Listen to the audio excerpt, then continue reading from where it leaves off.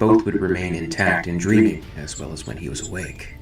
So he had the regulatory capability and a modicum of imagination, but a professional dreamer requires a deal more than a modicum of the last, and that's a deficiency that can't be compensated for by a disproportionate quantity of the first. Dallas was no more realistic pro-dreamer material than Ripley. Kane was less controlled in thought and action than was Dallas, and possessed far less imagination. He was a good executive officer. Never would he be captain. That requires a certain drive coupled with the ability to command others, neither of which Kane had been blessed with. His dreams were translucent, formless shadows compared to those of Dallas, just as Kane was a thinner, less vibrant echo of the captain. That did not make him less likable, but pro-dreaming requires a certain extra energy, and Kane had barely enough for day-to-day living. Parker's dreams were not offensive, but they were less pastoral than Kane's. There was little imagination in them at all. They were too specialized and dealt only rarely with human things. One could expect nothing less from a ship's engineer. Direct they were, and occasionally ugly. In wakefulness, this rarely showed itself when the engineer became irritated or angry. Most of the ooze and contempt fermenting at the bottom of his soul was kept well hidden. His shipmates never saw beyond the distilled Parker floating on top, never had a glimpse of what was bubbling and brewing deep inside. Lambert was more the inspiration of dreamers than dreamer herself. In hypersleep, the restless musings were filled with intersystem clocks, and load factors cancelled out by fuel considerations.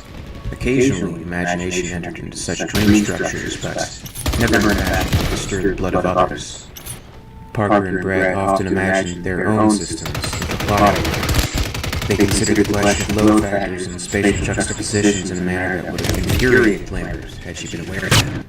Such unauthorized musings they kept to themselves, securely locked in daydreams and night dreams, lest they make her mad.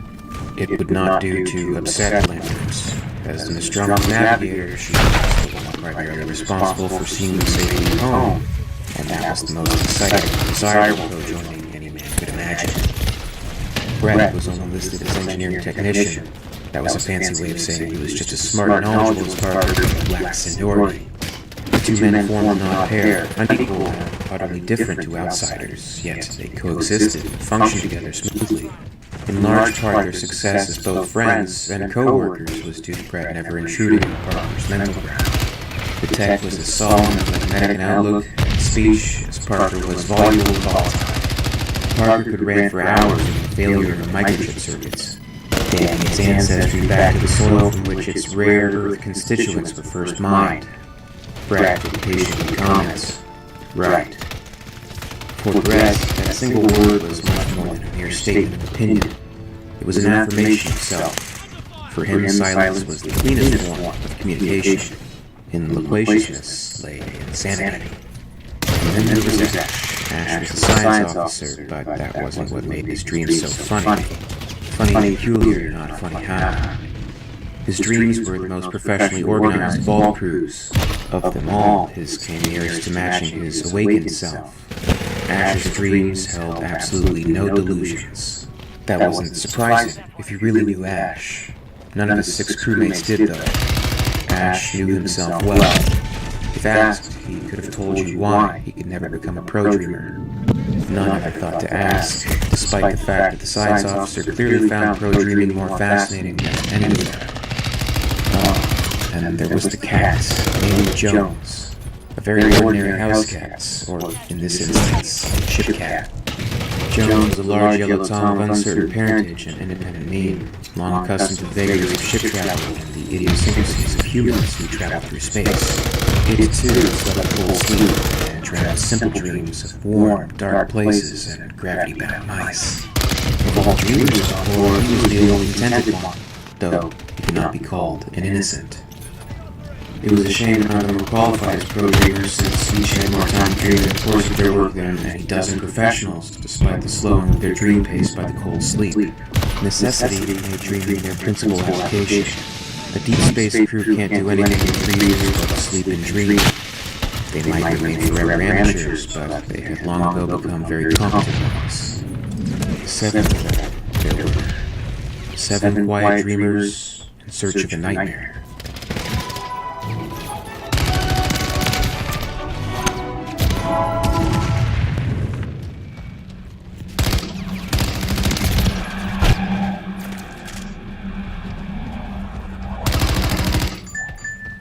While it possessed consciousness of a source, the Nostromo did not dream.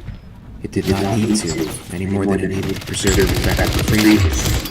If it did dream, such musings must have been brief and fleeting, since it never slept. It worked, and maintained, and made certain its hibernating human complements stayed always a step ahead of ever-ready death, which followed the full speed of the vast gray shark behind a ship at sea. It started with the ship,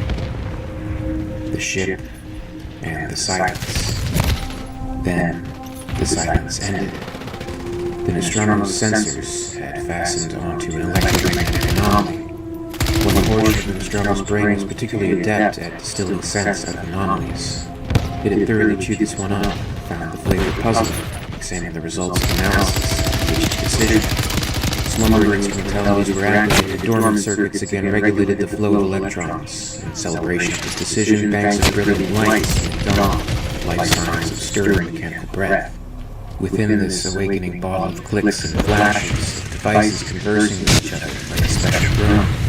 Within this room of white metal lay 7 cocoons of snow-colored metal plastic. Ending with the silence, a long, cold sleep. Stiffly, sullenly, they entered, ignoring the executive officer Kane for the coffee he brewed.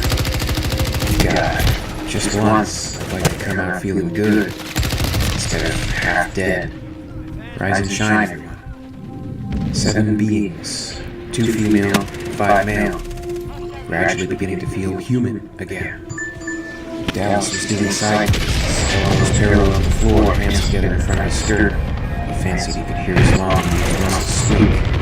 The flashing, yellow light, eloquent as any voice, monopolized his thoughts. That devilish little sun-hued cyclops was the ship's way of telling him they'd been awakened for something other than the end of their journey. He was wondering why. They sat and discussed an array of topics, Brett reminding Parker to bring the bonus situation as soon as possible. Parker's favorite complaints: everybody gets more than us. Dallas's retort: everybody else deserves more than you do. Complain to the company disperser if you want. Complain to the company, Parker muttered unhappily. Might as well try complaining directly to God. Same thing, Brett added. Dallas started for the central computer room, called back over his shoulder. One of you jokers get the cat. It was Ripley who lifted a limp yellowish form from one of the freezers. She wore a hurt expression. You needn't be so indifferent about it. She stroked the soaked animal affectionately. It's not a piece of equipment. Jones is a member of the crew, as much as any of us. More than some. Dallas was watching Parker and Brett.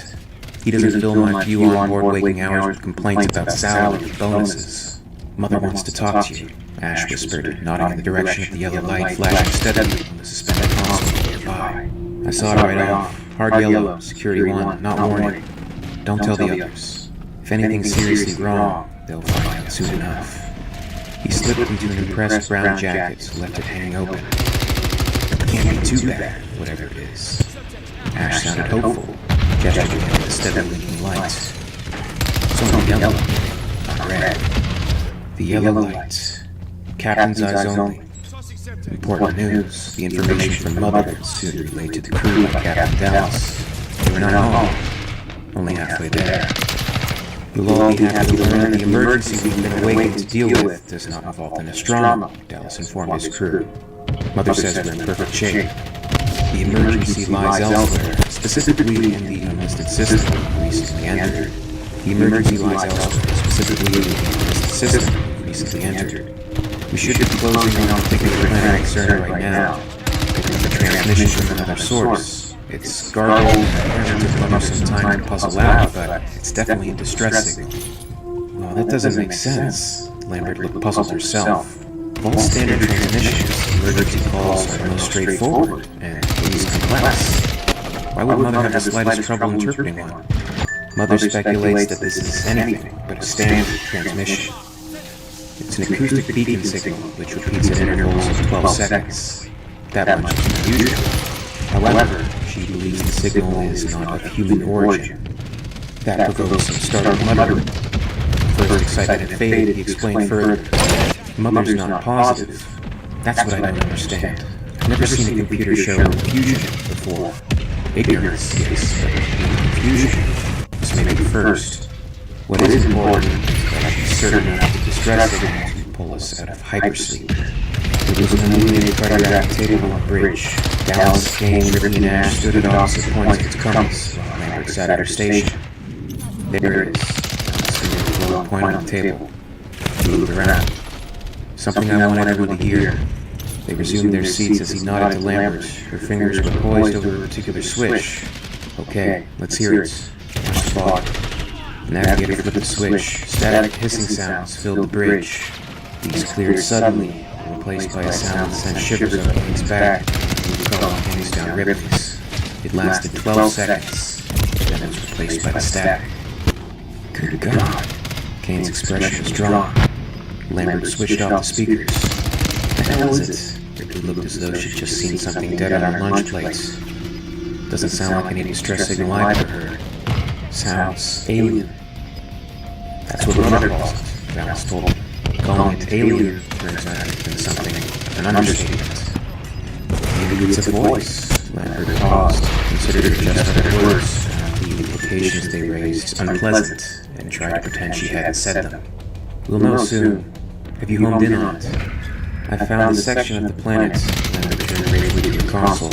You need to be able to deal with the mathematics instead of disquieting thoughts. Close enough. Mother wouldn't have pulled us out of hypersleep unless we were, Ripley murmured. It's coming from ascension 6 minutes 20 seconds, declination minus 39 degrees 2 seconds. Show me the whole thing on a screen. The navigator hit a succession of buttons. One of the bridge view screens flickered, gifted them with a bright dot. That's it, alright. Just a planetoid, really.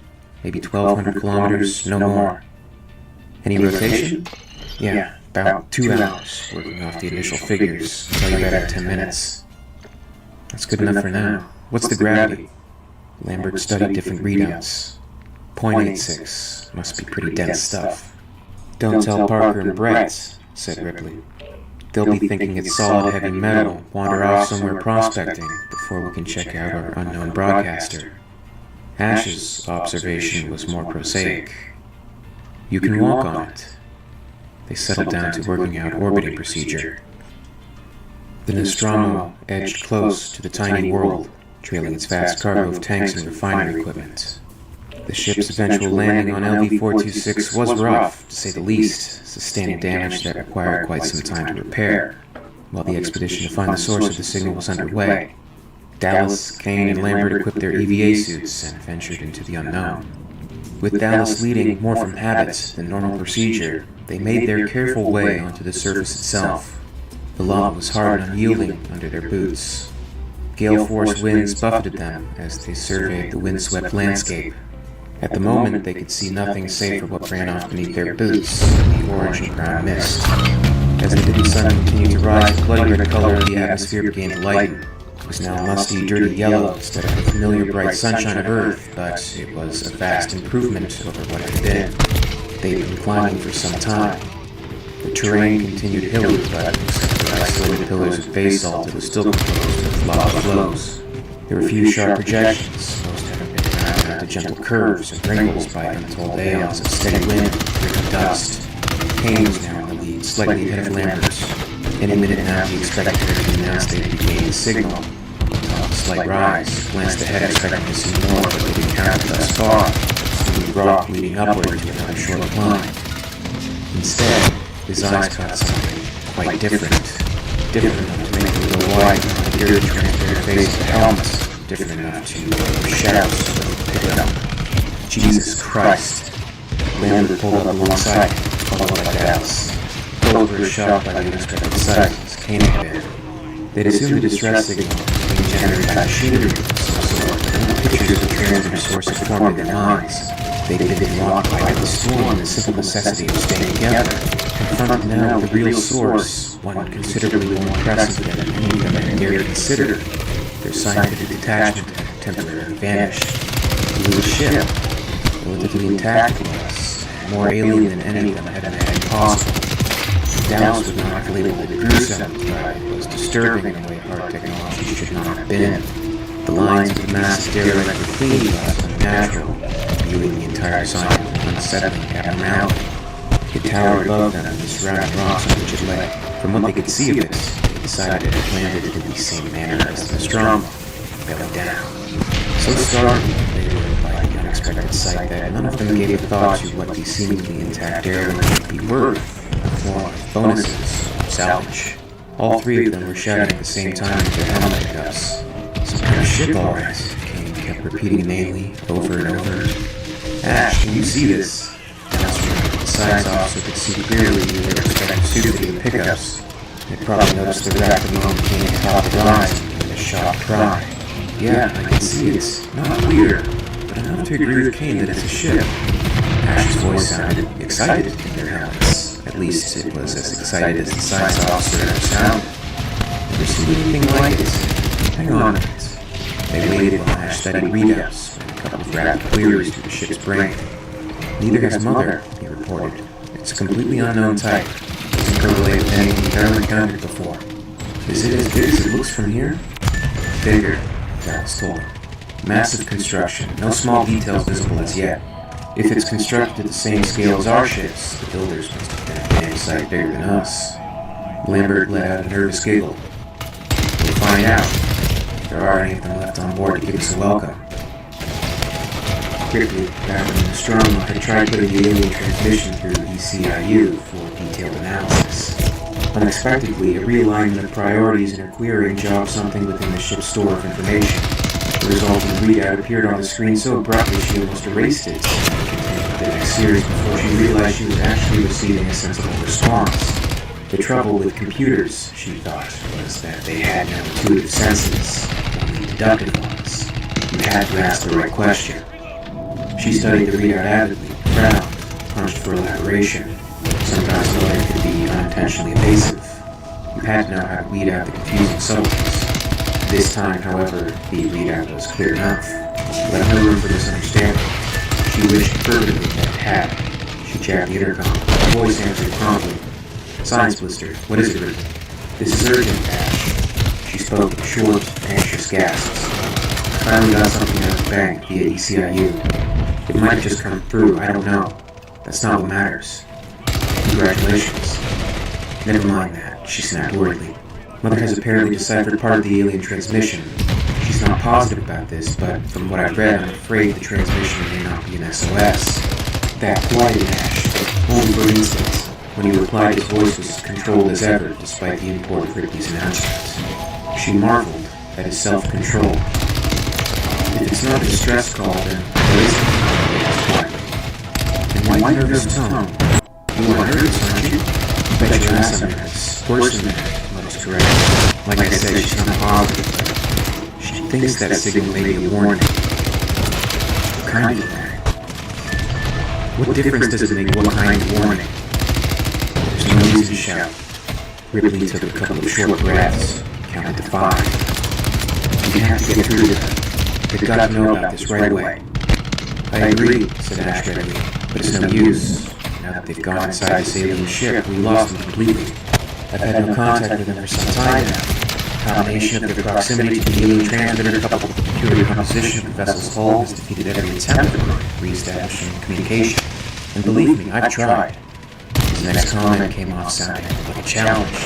"You can try to raise them yourself if you like. I'll help in any way I can." "Look, I'm not questioning your competence, Ash. If you say we can't contact, we can't contact. Damn it, you've got to let me know." "What do you suggest?" She hesitated, and said firmly, "I'm going after them. I'll tell them in person." "I don't think so." "Is that order, Ash?" "No, it's common sense. Can you see that? Use your head, Ricky," he urged her. "I know you don't like English, but try to do this rationally. You simply can't spare the personnel. With you and me, plus partner Brad, we've got minimum takeoff capability right now. 3 on, 4 on, that's the rule. That's why Dallas left us all on board. If you go running after them, for whatever reason, you're stuck here until someone comes back. If they don't come back, no one will know what's happened here." He paused and added, "Besides, there's no reason to assume anything. They're probably fine." "All right," she admitted begrudgingly. "I concede your point. But this is a special situation. I still think someone should go after them." She'd never heard Ash sigh, and He didn't do so now, but he gave her the impression of a man resigned, handling the Hobson's choice. What's the point? He said evenly, as though it were the most obvious thing in the world. In the time it will take one of us to get there, they'll know it's not a warning. Am I wrong or am I right? Ripley didn't reply. He simply sat staring dully at Ash on the monitor. The science officer gazed steadily back at her. What she couldn't see was the diagram on his console monitor. She would have found it very interesting. Dallas and Lambert followed Kane down a short corridor. They emerged into a high-ceilinged room. There were controls, gauges, and other kind of instrumentation in this section of the ship. They were concealed behind gray walls. Looking remarkably inside a key ribbon cage, around metal ribbons braced floor, roof, and walls. Ghost light from outside danced on dust particles suspended in the nearly motionless air of the inner chamber. Dallas eyed his executive officer. What do you think? I don't know. Cargo chamber, maybe? Or part of a complicated lock system? Yeah, that's it. We just passed through a double door, and this here is the real lock. Might be big for just an airlock. His voice sounded subdued in their helmets. Just guessing. The inhabitants of this ship were to scale, but we are to astronomy, they'd likely need a lock this size. Though I admit cargo whole idea makes more sense. Explain the need for the entries. He turned, saw Dallas moving with a black hole on the floor. Hey, watch it, Dallas. I told him to look down. Deep it goes. What is it? Walked over alongside it and kept a careful distance from the abyss. Another cargo chamber? No way of telling from here. It just goes down. Through walls as far as my light would reach. No indication of handles, an elevator, and ladder, any other means of descent. I can't see the bottom. Reach. Must be an access shaft of some kind. He turned off his light, moved the meter away from the hole, and began unclipping gear from his belt and back. He laid it out on the floor and rose and glanced around the dimly illuminated great chamber.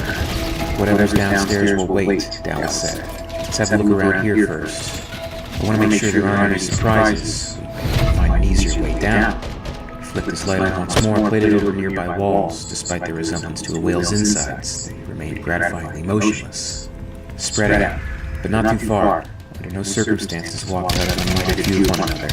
This should take a couple of minutes. Kane and Lambert activated their light bars. Traveling in a line, they start to explore the vast room. Fragments of some shattered gray material lay scattered about. Much of it was buried beneath the tiny dust dunes and finely ground pumice that had invaded the ship. Kane ignored the stuff. They were hunting for something intact. Dallas's light fell unexpectedly on a shape that was not part of the wall or floor. Something complex and boldly mechanical. Within the semi-organic confines of the alien ship, its reassuringly functional appearance was hard to believe. The design itself was utterly unfamiliar. Over here. Something wrong? That was Kane. Not a thing. I found something. Lambert and Kane rushed to join him, their boots raising little puffs of animated dust. They added their own lights to Dallas's. All seemed quiet and dead, though Dallas had the impression of patient power, functioning smoothly somewhere behind those strangely contoured panels. Kane examined the mechanism, fascinated. I wonder what it does. I can tell you that. They tuned to Lambert. She confirmed what Dallas had already guessed. It's the transmitter. Automatic distress call, just like we imagined it might be. Though it's likely been putting out that signal for years. She shrugged. Maybe decades. Or long. They retraced their steps, carefully positioning themselves close to the little flush circular opening in the deck. Dallas announced, slowly in suit, can't tell much of these damn gloves on. Feels regular. Shaft must be a normal part of the ship. But it could be caused by an explosion. That is a distress call. Either way, got a low hole in the wall. Go back outside and hunt for another entrance. You look across the shaft at Kane. This is your big chance. Lambert helped him secure the chest climb he did. The circuit harness was firmly fixed to his shoulders and back. He touched the check stud. Was rewarded by a faint beep over his helmet speed. Green light lit on, then off, right in front of the suit. Be out in less than 10 minutes, Dallas spoke in his best no-nonsense tone. Breathing? Aye, skipper. Check. Kane activated the climb lever.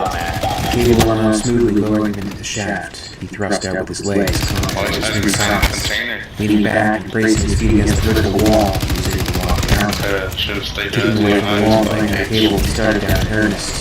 several minutes of propelling his way down the shaft, he stopped to catch his breath. It was warmer, and more so, he felt the time drop. Sudden changes put a burden on the suit's cooling system.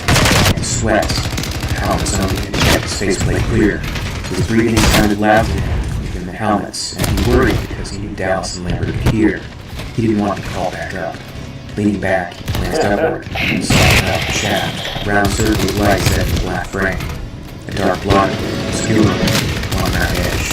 Distant light glinted off something screen and reflected. You okay down there? Okay. Pop though. I can still see you. Haven't hit the bottom yet. He sucked in a new drag of air, then another. He sucked in a new drag of air, then another. Hyperventilating. The tank ran into no test. This is real work. Can't talk anymore now. By now he gained some confidence in regards to his surroundings. The shaft continued steadily downward. So far it had displayed no inclination to narrow or direct change. He fell farther next time. Began taking longer and longer comps, falling steadily faster into the darkness. His light bar continued to shine down and very night beneath him. Out of breath again, he paused in his descent to check his suit instrumentation. Interesting, he said into his pickup. I'm a low ground region, I guess.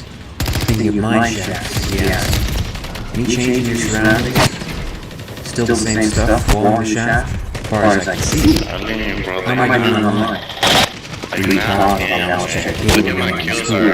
Fine, got over a few meters ago. The shaft was deeper than that, and when I called us off, so we can bring bigger stuff up to the ship. I wouldn't think we're down that far. What makes you think so? Dallas sounded thoughtful. The ship all out of proportion. Proportions of what? Whose ideas of proportion? Dallas did not have to reply to that. I've got something to show you. Henderson got a great look at the console monitor. Footage only previously viewed by Ash, and indeed Ripley found it very interesting. As per the company, she was explaining, all recordings were lost after self-destructive trauma.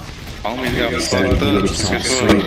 She realized what she was seeing. That's when Kane's helmet came. Did her preliminary recon repair of the ship. She sighed. All the corporate bullshit. No proof. First to know the truth about the creatures from the start. Does that surprise you? No. I suppose it doesn't. The inboard suit recorders logged everything. With every piece of footage, every log, every status report. Strong's android dumped data into the escape pod's computer and slagged that ship. The captain ordered reviewing Kane's feed with great interest, all until the recordings were cut short and the parasite launched itself into the executive officer's face. The lost film and gaps of information. He referred to the incident statement regarding quarantine protocol deviation. Lambert, J. Kane was dead weight. We had to haul him out of that hole and carry him back to the ship with that thing on his face. He knew he was still alive, but his suit had been breached. He had no idea how long it was going to survive. He didn't really know what to say, like he'd been attacked, and the creature wasn't letting go. We were exhausted, scared. We had to get help. Dallas gave Ripley a direct order to open the area. He was the captain. It was his call, and Ripley refused.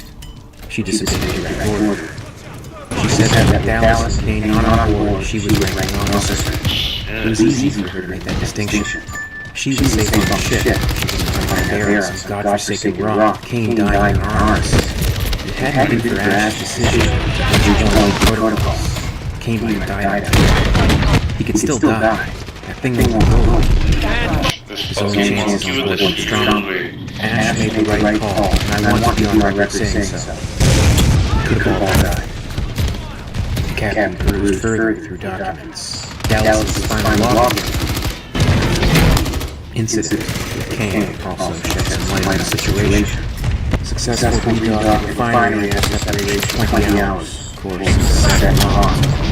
Resources necessary to land on MW3 and take off again were negligible, but the Nostromo sustained some slight damage. Brad Carter just finished repairs. Not pretty, but it'll hold the dock. According to Carter. I told him to file his report before moving the sack. The creature, on Executive Officer Kane, fell off. He woke up. Science Officer Ash says he's okay, which means a green light to go to sleep. I find myself in the difficult position of having to assess the actions of my crew. Firstly, thankful that Ash was wrong. 24 hours, but you live in an unknown controlled environment. All the way back. I disagreed with Warrant Officer Ripley's decision to keep us out, but still do. Still like the stash. Ripley wasn't wrong. Technically, he was the officer of the Corps, she was following protocol. Still, things could have gone bad. She should have been. Ash and Ripley got into it again over the spider creature. She wanted to get rid of the thing. Ash wanted to keep it. I let Ash make the call. He's SO, but Ripley will let it go. I respect her opinion. She's got a love head, she's great at management, but she doesn't know what makes you lie. The whole thing is like a bad relief. Just want to forget it and go home. The landlord is heating up a big dinner, breaking out all the hoarded stuff. And eat and go to sleep. Next time I wake up, it'll all be someone else's headache. If only, Ripley thought. Images continue to flicker on the monitor. Images she cannot see, but they're something familiar. Anderson noticed the interest she seemed to be showing in the dead face that stared back at him. We assumed this creature was incubating and spoiled to die. Man believes it was some sort of navigator, pilot. Ripley made sure to affirm just exactly how much interest she had in man's beliefs. But it's dead. Dead, just like Dallas, Kane, and the rest of them. I advise that if the site is still intact, if any of those things are still alive, move the fucking site from it. See, I know how this ends. They all die. The executive officer, Kane, was the first. After the facehugger fell off and died, Kane seemed fine and in good spirits. Kane, I never could believe it. You're right. He was fine, she thought dazedly. As though nothing had ever happened. You want anything? Asked Ripley. He did not respond to Lambert's query. Mouth's dry. Dallas remembered what Kane in his present state reminded him of. The man just coming out of amnesia. The exact word had fit, puzzled for no particular reason, as though he were still trying to organize his thoughts. Oh my god, There's some more. Ash moved quickly to the dispenser, drew a plastic cupful, and handed it to Kane. He sat down in a single long swallow. Dallas noted absently that muscular coordination seemed normal. The hand-mouth drinking movements had been performed instinctively, without forethought. Wow, enormously gratifying. The situation was ridiculous. There had to be something wrong here. No, was all Kane said, continuing to act like a man in complete control of himself. Ripley found a large container filled with earphones and down the contents like a man who just spent 10 years wandering the desert. Then he sat back on the platform, panting. How do you feel? Asked Dallas. Terrible. You don't remember? Asked Seth. Feeling slightly more from muscles cramping from disuse than anything else. Breath. I don't remember a thing. I barely remember my name. Just for the record. And a medical report. Asked professionally. What is your name? Kane. Thomas Kane. That's all you remember? Could have been it. He let his gaze travel slowly through the several anxious faces. But I remember all of you, though I can't put names to you yet. You will, Ash assured him confidently. You recall your own name and remember faces? That's a good start. Also a sign that your loss of memory isn't absolute. Do you hurt? Surprisingly, it was the stoic partner who asked the first sensitive question. I hit it. I gotta get it. You let somebody been beating with a stick for about 6 years. Look at my He kills. sat up on the pallet again, Get some swung his kills, legs right? over to the side and smiled. God, am I hungry? How long was that? I'm with the Stared at gang. the apparently unharmed man in disbelief. A couple of days. Like, Should you you have any trash, recollection of lifestyle. what happened to you? Nope, You trash. not a thing. What's the last thing you do remember? Ripley asked. Bitch ass nigga. You were with Dallas and me on a strange planet, exploring. Do you remember what happened there? Kane's forehead wrinkled as he tried to battle through the mists obscuring his memories. Real remembrances remained tantalizingly out of reach. realization a painful, incomplete process. Just some horrible dream about smothering? Anyway, where are we now? Are we still on the planet? Ripley shook her head. No, I'm delighted to say. We're in hyperspace, on our way home.